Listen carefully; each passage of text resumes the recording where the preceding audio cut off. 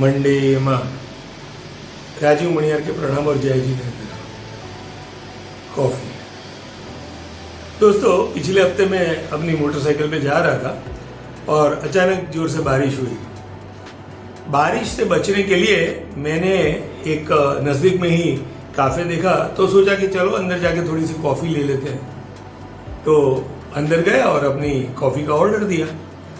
Coffee लेके ही मैं अपने मेज़ पे जाके उसका लुत्फ़ उठा ही रहा था, तभी मैंने देखा कि सामने मेज़ के ऊपर एक वशिष्ठ नागरिक जो थे वो वहाँ पे बैठे हुए थे और अकेले अपनी गर्म कॉफ़ी का लुत्फ़ उठाते अकेले चेस खेल रहे थे। मुझे थोड़ा सा अजीब सा लगा और मैं उनको देखने लगा। तभी उन्होंने तिरछी आंखों से मुझे देखा और वो समझ गए कि मैं उनको देख रहा हूँ। तो उन्होंने मुझे इशारा किया और बोला कि आइए साथ में बैठ के कॉफ़ी पीते हैं। मुझे भी अच्छा लगा, चलो जाके मिलते हैं, उनसे बात करते हैं।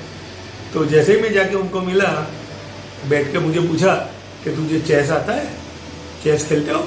बोला हाँ, आओ।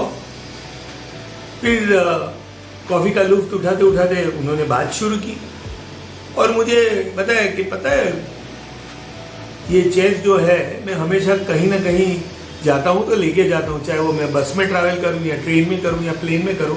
तो एयरपोर्ट के ऊपर मैंने ज़िंदगी में बहुत सारे लोगों के साथ चेस खेली है, बढ़िया सी बात है। और मैं हमेशा एक छोटी वाली चेस हमेशा मेरे साथ रखता हूँ। जानते हो उसका रीज़न क्या है? मतलब क्या है?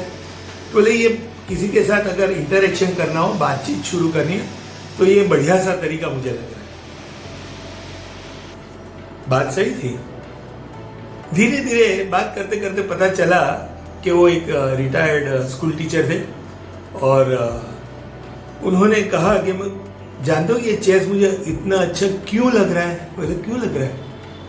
तो बोले ये एक ऐसी गेम है जिसमें छोटा सा पॉन जो होता है, जो प्यादा जो कहते हैं हम लोग, वो प्यादा में भी अगर वो ढंग से और सही तरीके से खेलते हैं तो उसमें भी वो रानी बनने की क्षमता है।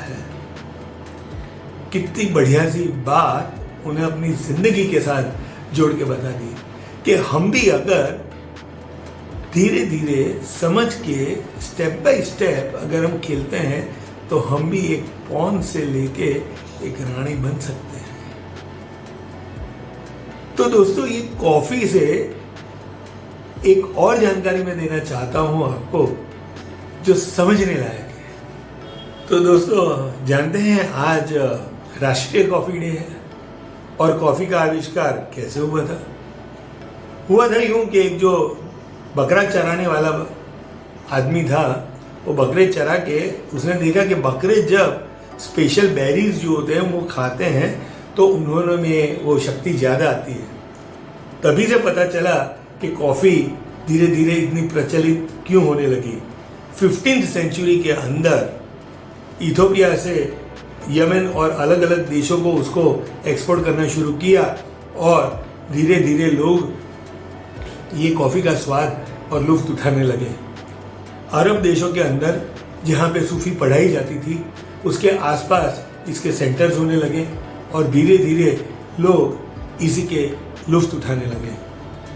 1652 के अंदर पहला कॉफ़ी इंग्लैंड में शुरू हुआ और धीरे धीरे ये बढ़ के बहुत सारे बनने लगे। लेकिन तभी जब इंग्लैंड में ये कॉफ़ी हाउस शुरू हुए थे ना, तो वहाँ पे लोग बहुत सारी चर्चा करते थे, डिबेट करते थे, एक दूसरे के साथ इंटरेक्शंस करते थे, लेकिन उसमें महिलाओं का एंट्री नहीं था।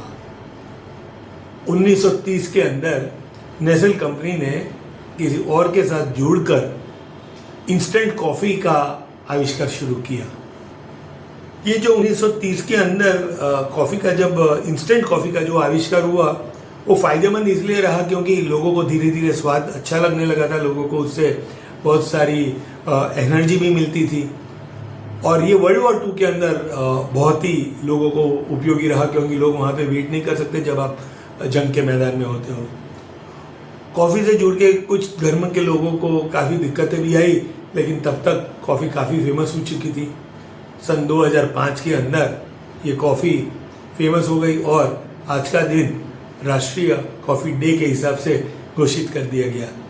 तो दोस्तों आज के दिन अपनी कॉफ़ी का लुत्फ़ उठाएं एंड मेक योर मार्क।